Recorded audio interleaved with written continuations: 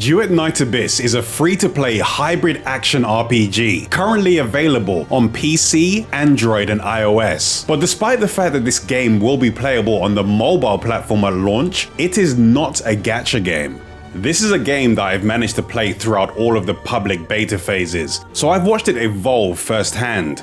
During the beta phases, character gacha systems were being tested, but for the global launch, these systems have been completely removed. This resulted in a total monetization shift that now primarily focuses on direct purchases and cosmetics. Now, all of the characters and weapons are directly integrated into the core game and can be obtained through gameplay. The game also doesn't have any stamina limits, so players have full control over their progression and can play freely without constantly being restricted by those systems. Recently, the developers of the game reached out to me and asked if they could sponsor a video, so I could show you what Duet Night Abyss is all about. So if after watching the video you'd like to give the game a try for yourself, click the link in the description to download the game once it releases. However, it's important to remember that all the footage and information in this video are based on a pre-launch version of the game. So things like optimization, UI elements, gameplay balance, and various other aspects will likely be adjusted in the final launch version of the game. But I think the core aspects of the game, like its dual narrative story, the combat systems, the exploration, and the dungeon-based progression are what will define it. So this video will focus on those foundational elements to help you understand what Duet Night Abyss is truly about. Duet Night Abyss seamlessly blends two different experiences into one. On one hand, it's a story-driven RPG adventure with a main story told from two different perspectives, which takes place within explorable regions with side quests and player hubs. And on the other hand, it's a dungeon-based progression-focused co-op experience, built around teaming up with other characters or players to take on challenges and build your perfect loadouts. The single-player experience of Duet Night Abyss was a surprising highlight of the game, and part of this was because of how the main story was presented. You experience the world through the eyes of two different characters that lead very different lives, and as the story progresses, you'll be able to select the appearance and name for both of these protagonists. Throughout history, the Solarian and Charons have waged war against each other, which has resulted in friction and prejudice between them. The Charons lost their most recent war, which has left them at the mercy of the Solarians. In Hyperborea, where the main narrative begins, Charons tend to stand out because of their horns and spines, and are still looked down upon and feared by society because of their potential strength and their aptitude for magic that can manifest with age. But those Charon are in the minority. Most are forced to work hard labor in order to survive, and are kept under control by force and are treated cruelly by the citizens.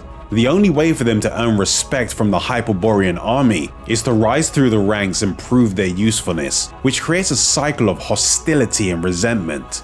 The first protagonist is a Charon, who after a series of events at the beginning of the game is discovered unconscious on the outskirts of Ice Lake City. After being rescued by a fellow Charon, they become a fox hunter, bounty hunters who accept various commissions and odd jobs from the city's citizens and the local bar. But their main goal is to find their friend Berenica, who they had to separate from after an attack by the army. The second protagonist appears to be a Solarian captain in the Hyperborean army. Their story begins with them being thrown into a dangerous mission to fight back against the Charon organization known as the Forsakens.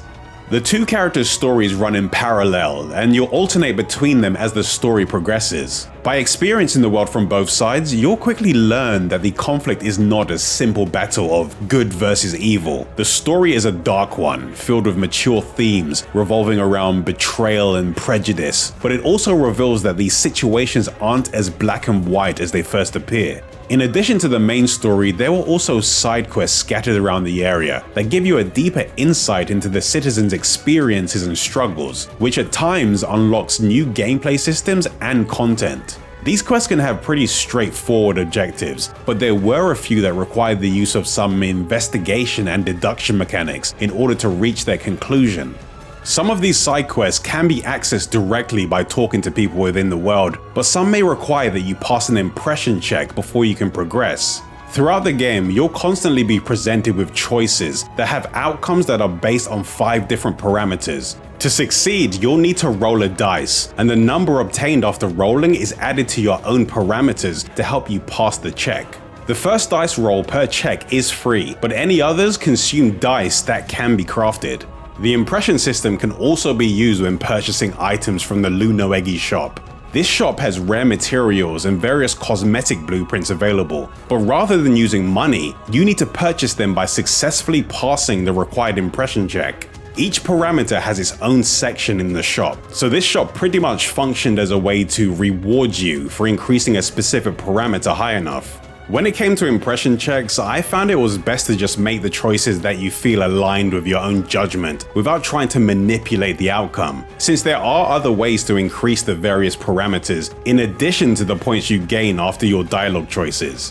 One of those is through dynamic quests that can appear randomly as you explore. These quests usually have quick conversations and simple objectives, like fighting off enemies that are attacking Luno Explorer, or needing to find the source of scary noises for someone so they can enjoy their peace. Completing these dynamic quests will increase a specific impression parameter and gives additional basic rewards. After completing a dynamic quest, they can also unlock a corresponding expedition. In expeditions, you can send your acquired characters out to complete an expedition quest that can provide you with various rewards after a certain amount of time has passed. The expedition quests that were available seemed to be the same as the dynamic quests that you could find, so it seemed like you could choose between completing them manually or leaving your characters to do them in the background while you do other things. In addition to these side quests, there were also narrative sections that focus more on the playable characters. Ripples of Talk are small character-focused stories that provide additional insight into events not shown during the main plot. These were worth watching since they can add a significant amount of context to certain events or offer additional conversations with characters to learn more about their past and their current motivations. The playable character models have continuously improved throughout the game's development, and the enhanced animations during some cutscenes really help the game feel more immersive. But the part where the visuals fall short is the character models for NPCs that are not relevant to the main story. They look really basic, and at times the contrast between the detailed playable characters and the NPCs during cutscenes and conversations can become distracting. But one surprising highlight that I think is worth mentioning is the high quality of the music during the main story. It's possible to set various tracks in the game as the background music in your home back in Ice Lake, but it would be nice if they added a feature that would let you customize the music while in commissions, like being able to set a background music track when entering a dungeon. Duet Night Abyss is an online multiplayer game, and certain parts of the map serve as shared social hubs where you can see other players, a feature that gives the game a nice MMO-light feel. This creates a sense of a shared community, even if you're not directly playing with the other players. The center of Ice Lake City functions as one of these hubs, containing various facilities and shops for upgrading your characters and entering specific types of content. Even though you can see other players in these spaces, they're only in specific parts of the city, and they vanish once you leave the designated area. But whether or not you're in one of these social areas, you'll still be able to communicate with people through the text chat system.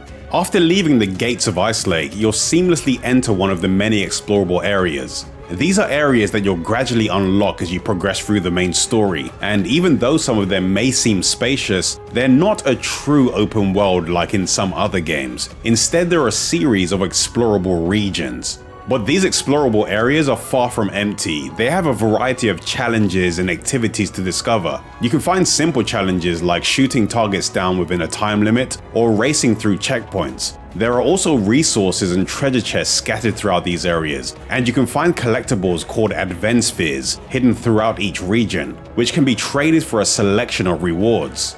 After progressing further into the story, you'll unlock the ability to access the Havian spirit trials from the fast travel points scattered throughout the world, and you'll have the option of doing these in either single player or in co-op. Each trial tests a specific skill, whether it's your ability to parkour, your shooting speed and accuracy, or your ability to solve puzzles. The aim is to complete the challenges as quickly as possible so you can claim all of the rewards at the end.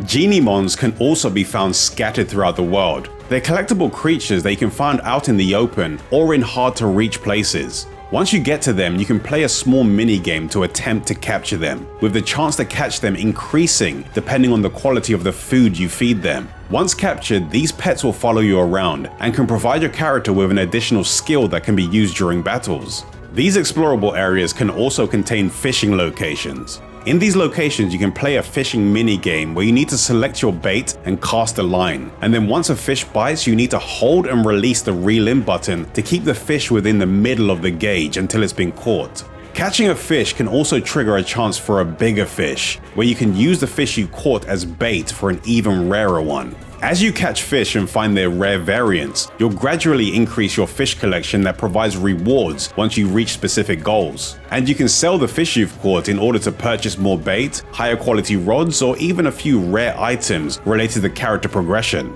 After spending all that time exploring the world and completing quests, you'll find that everything eventually leads back to the core gameplay loop. So next I'll break down the combat and progression systems that define how you'll actually play the game. The gameplay of Duet Night Abyss revolves around its fast-paced combat, but its true depth is found in the layered progression systems that empower your characters. Even though the gameplay can make it feel like a straightforward skill spam game on the surface, the satisfaction comes from the preparation and gearing that allows you to efficiently mow down waves of enemies. In combat, each character has a unique combat skill and a powerful ultimate, both of which consume a resource called sanity to activate. This means that as long as you have enough sanity, you can freely use your skills without having to worry about extended cooldowns. In addition to this, the combat is built around a 2-button weapon system, which allows you to seamlessly switch between melee and ranged attacks. For example, when pressing left click to attack with your spear, it can be thrown to continuously damage enemies within range. While this is happening, you can switch to your gun with right click to use your ranged attacks, which lets you deal damage with both weapons at the same time. There are also a variety of guns with various effects, like twin pistols that fire bullets that ricochet off walls and other enemies, or a shotgun that fires a slow-moving bubble that explodes, dealing area damage after a short delay. You can freely equip any melee or ranged weapon, but characters may receive additional bonuses when using a specific type. A character's weapons and skills also directly influence the movement systems in the game. In addition to being able to sprint and use grappling hooks to quickly traverse through the environment, the main movement system is the Helix Leap. This is a technique that allows you to repeatedly leap forward to cover ground much faster than a standard run, and it's also possible to glide while firing a weapon in mid-air. Ranged weapons and character skills were generally more interesting to use than basic melee attacks, since they offered more gameplay variety and were often more fun to use.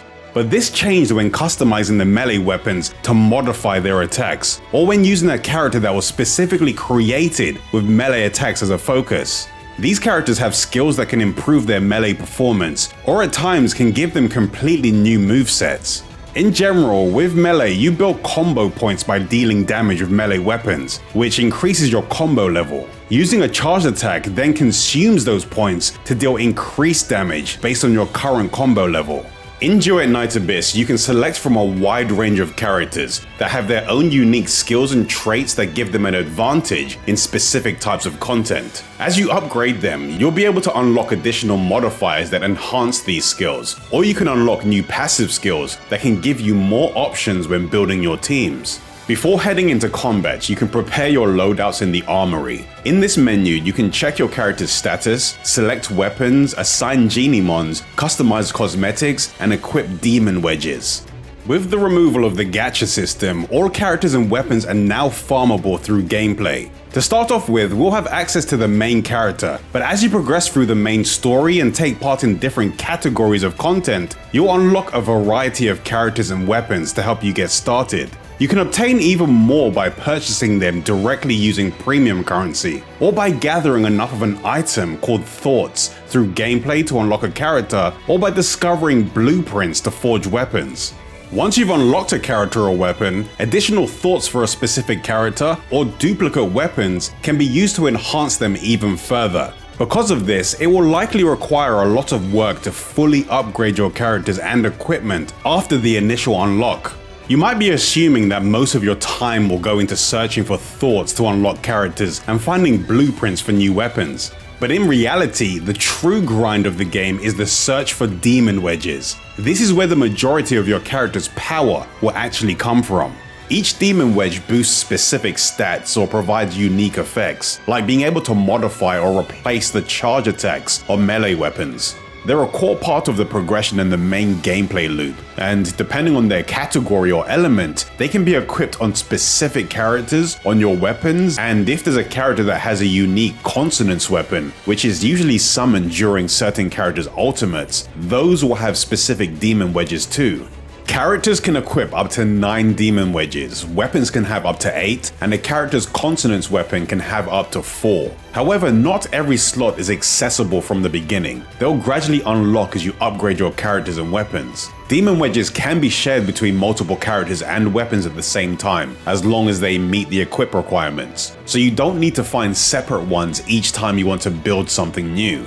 When equipping demon wedges, you'll also need to be aware of the tolerance limit. Each demon wedge has a tolerance cost to equip it, and as long as that tolerance for the character or weapon hasn't reached the cap, you can freely place them in the available slots. The stronger the demon wedge's effect, the higher its required tolerance cost will be. So when upgrading demon wedges, you'll need to pay attention to how much each upgrade increases their cost. But it is possible to reduce the cost of equipping demon wedges. Some demon wedges may be marked by a specific track icon in their top left corner. If the icon of both the demon wedge and the slot match, the tolerance required to equip them will be reduced, giving you a chance to use even more powerful demon wedges. In order to adjust a demon wedge slot, you'll need to use a track shift module on the slot. These items can add, remove, or change the track of a demon wedge slot.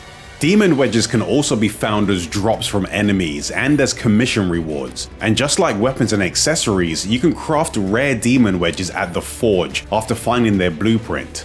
I also found that duplicate demon wedges still had a purpose, since they could be broken down into a resource for upgrading, or they were required in certain high rarity blueprints as crafting materials.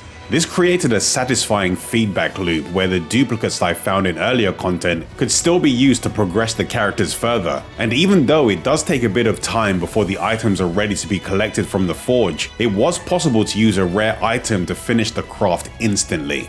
The game also contains a helpful archive called the Demon Wedge Casket. This menu displays all of the demon wedges you found, shows you what's still available at your current rank, and even provides their locations. It also contains demon wedge specific quests and provides rewards for completing specific collections. And after unlocking a new character or a weapon, it also provides basic build guides to help you get started with them.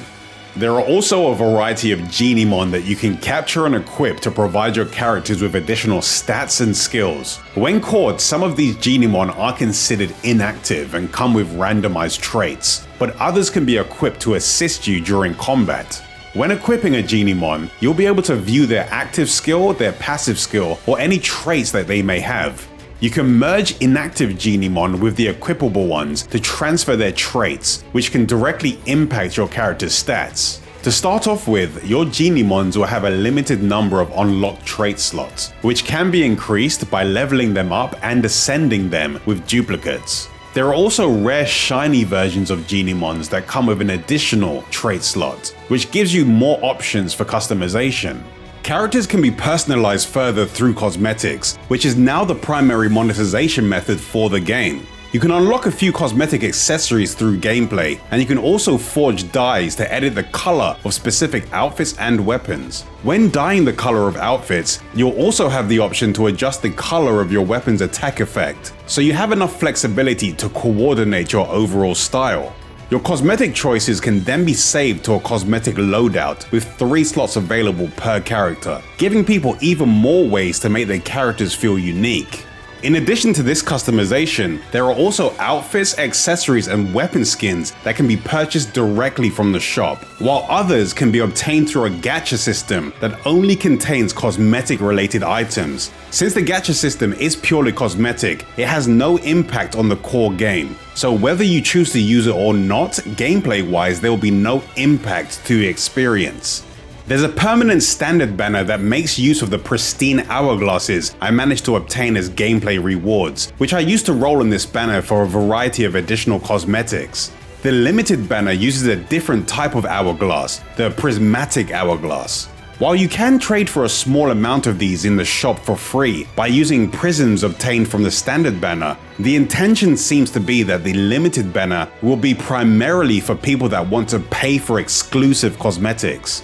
According to the in-game details for the limited banner, it appears that the pity does not directly carry over into future banners of a different name. However, they have added a few safeguards in place to encourage players to still make the most of a specific banner. In both banners, you're guaranteed a purple or higher tier item within every 10 rolls, and a golden tier item within 90 rolls.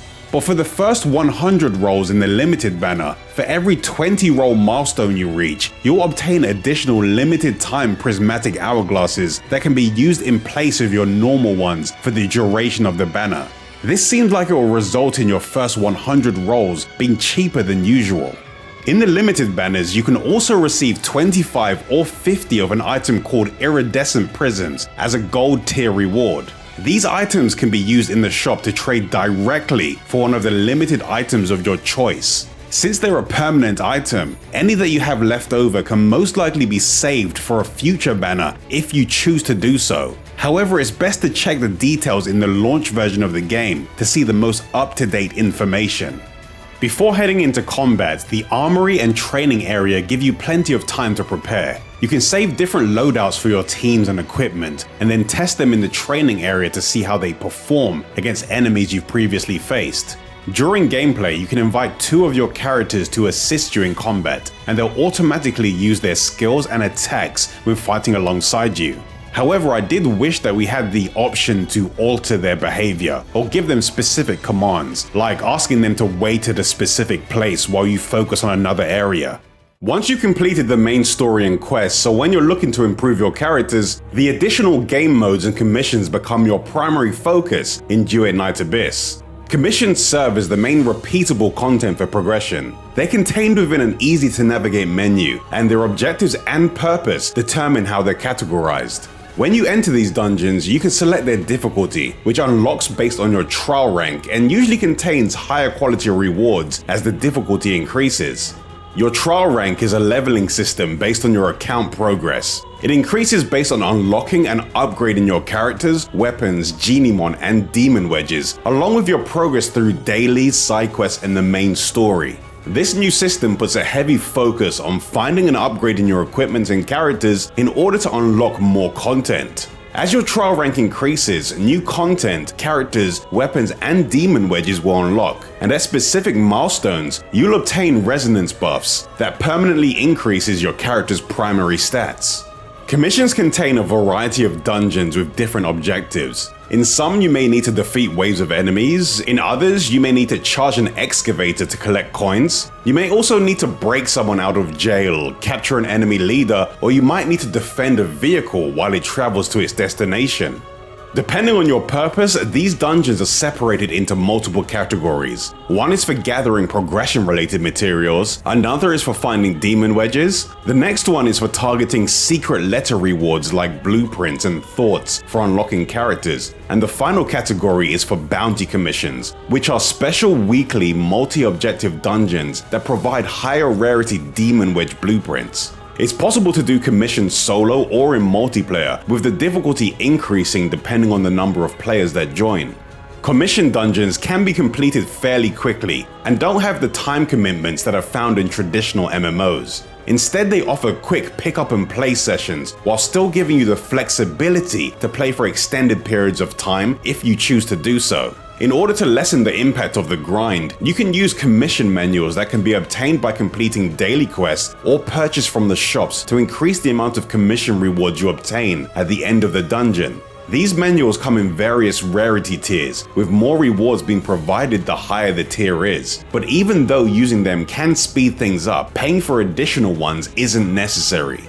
In the Demon Wedge commissions, the main goal was to defeat the main enemy that drops a selection of demon wedges while completing the objective. And they pretty much functioned as a stage boss that had unique abilities and additional modifiers that made them more challenging to fight. These enemies weren't exclusive to the Demon Wedge commissions though, since they could appear in a variety of commissions and content types. When selecting a Demon Wedge focused commission, you can check which modifier the main enemy has, along with the possible Demon Wedges that it drops. There are usually a variety to choose from in each difficulty bracket, and in addition to the Demon Wedges that drop from the main enemy, you could also view all of the possible Demon Wedges that could be received as completion rewards too, with different kinds of Demon Wedges being available depending on which commission you choose. The earlier Demon Wedge commission stages were pretty straightforward, but as you get into the higher difficulty tiers, there'll be commissions that drop Demon Wedges that can only be equipped by characters of a specific element. These commissions introduce elemental weaknesses and resistances, and the element of the enemy will be the same as the Demon Wedges that drop in the dungeon. So as the Demon Wedge commissions increase in difficulty, the Demon Wedges will become more powerful, but they'll also begin to become more specialized, and the commissions will encourage the use of well-built characters of specific elements, since the damage difference when using the right element did seem to be significant. Covert commissions are the main source for high rarity rewards, which include weapon and Demon Wedge blueprints and character thoughts. To start one, you have to obtain secret letters. These are mostly available in the shop, or they can be obtained as rewards in various types of content. However, to purchase them from the shop, you need a currency called secret letter clues. You can get these as normal drops in commissions or as general gameplay rewards. The available covert commission dungeons rotate every hour, offering a different selection of objectives depending on whether you want to focus on character, weapon, or Demon Wedge rewards. After selecting a covert commission, you can choose which secret letter you want to assign to it. And once you complete this commission, 3 out of the 6 rewards in the secret letter are randomly selected, and you get to choose one of them. The gold reward is the most desirable, and based on the information in the game, these have a 10% chance of appearing.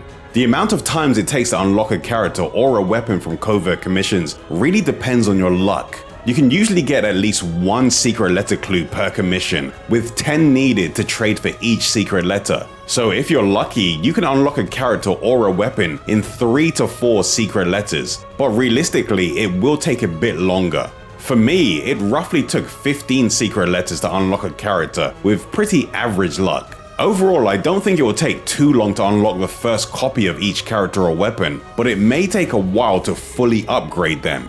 Bounty commissions are the final commission category that was available while I was playing, which contained a specific commission called Chase. This was a dungeon that contained multi-layer objectives split into 3 separate rounds. In the first round, I had to defeat enemies and destroy special boxes in the environment that could provide me with buffs. Doing this charged a bar at the top of the screen that would lure out the main opponents of the round once the bar reached specific thresholds, and defeating them began the next round of the commission. The second round involved base capture objectives. While being swarmed by enemies, I needed to defend specific points in the area to fill a gauge and capture it before moving on to the next. During this process, elite enemies would occasionally spawn in the area to try and interfere with the defense. For the third objective, I needed to defend the end of quest reward chest from waves of enemies. This chest was sealed and needed multiple keys to unlock it, but these keys were dropped by the various enemies in the area after they were defeated. Mini-boss enemies holding keys would occasionally spawn to try and destroy the chest, so you had to balance defending the chest while taking down all of the enemies that were on their way to destroy it, because if you failed, you leave with no rewards. After successfully defending and unlocking the chest, I obtained all of the mission rewards and the commission ended. This dropped gold tier blueprints for Demon Wedges, and since these rewards were high value, they could be claimed up to 3 times per week. But commissions weren't the only game modes available. There were also bosses, a roguelike mode, and a dual party challenge tower. The additional boss content in Duet Night Abyss are rematches against the bosses from the main story, but across various difficulty levels. To start a battle, you'll need to head to the specific boss battle entry point in one of the exploration areas. These bosses are a weekly challenge that provides secret letters for specific characters and weapons, and they're also the main source for specific character skill upgrade materials. You can claim the rewards from these bosses 5 times per week. However, when completing each difficulty for the first time, you can obtain bonus rewards that do not consume any of your weekly reward claims. The boss battles themselves were pretty entertaining and had various phases and mechanics. Certain bosses' health bars may be divided into segments, with each segment indicating when you should expect the boss to enter their next phase. During certain phase transitions, a boss might become invincible, forcing you to evade their attacks for a certain period of time, and other bosses may require that you break specific body parts to stun them and cancel their attacks. The roguelike mode is called the Mystic Maze. This was another mode with rewards that were on a weekly refresh. In this mode, you had to use a single character to make your way through various randomized areas to reach the boss at the end. There are various difficulty tiers that can increase the number of areas that you need to progress through. The areas you can encounter can be combat related, have short stories to read, or contain shops. After each area, you get to choose from 3 randomly selected effects. Each effect belongs to a specific category, and collecting enough from the same category gives you additional enhancements. You then choose a door that takes you to the next area, and at times you'll have a selection of 3 of these doors to choose from, but depending on how far you've progressed, you may not be given a choice, which usually leads you towards a boss or mini-boss room that gives higher quality rewards upon completion. Whether you fail a maze run or succeed, you're given a currency as a reward that can be used to enhance your characters to make them stronger for the next run. With more currency being awarded, the further into the maze you get. Each run also earns points towards your weekly rewards progress, with new rewards being unlocked at specific point thresholds. You can earn a currency called Threads of Time, which can be used at the shop to trade for various rewards, including rare demon wedges. I personally love having additional roguelike modes as side activities in games, since I like the randomization and extra replay value they provide. But currently this mode feels like it lacks depth and variety. My main issue is that the enhancements don't seem to have much of an impact on how the characters actually play, which is more noticeable since your demon wedges are disabled in this mode, including the ones that modify your attacks. So it just felt like I was getting large stat boosts and I could use my skills more often. In the future, I'd like more options that would allow players to be more creative with their builds, and I'd like to see more character-specific enhancements that can change their gameplay in more noticeable ways. Considering how random this game mode is, allowing players to use it as a playground for fun character builds would make it much more enjoyable. It's still entertaining, but there's definitely a lot more they can improve.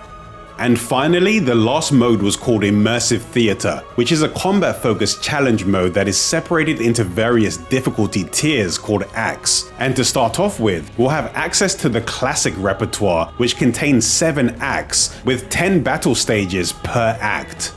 These battles are split between 2 separate teams. Before entering an act, you select your team leaders, their combat partners, and their loadouts. The goal is to defeat all enemies in each stage within the time limit. Each act usually contains 4 normal stages and 1 boss stage per team, and for every battle that you complete, you earn a star which can be used to claim various rewards. As you progress through each act, the battles will gradually gain additional modifiers. Some of these can be beneficial and enhance your teams, but others may enhance the enemies and force you to rethink your loadouts or strategy.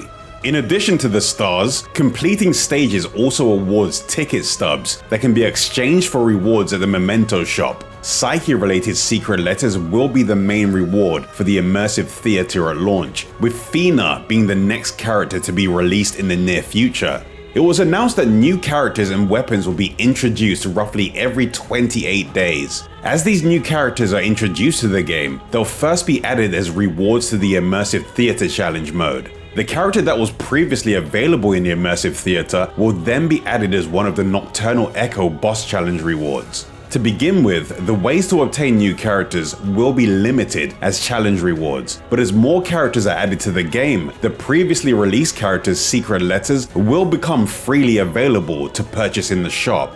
After diving deep into Duet Night Abyss, it's clear that this game has a solid foundation, with a gameplay loop that can be pretty addictive. The core idea of a loot-based progression system where you grind for specific items and gear is something I've always enjoyed, and the structure will be a big draw for players that are tired of traditional gacha mechanics, since it gives you the best of both worlds. It retains the gacha progression systems, but without the limitations, while also feeling like an MMO light rather than a typical mobile RPG, and that's currently its biggest strength.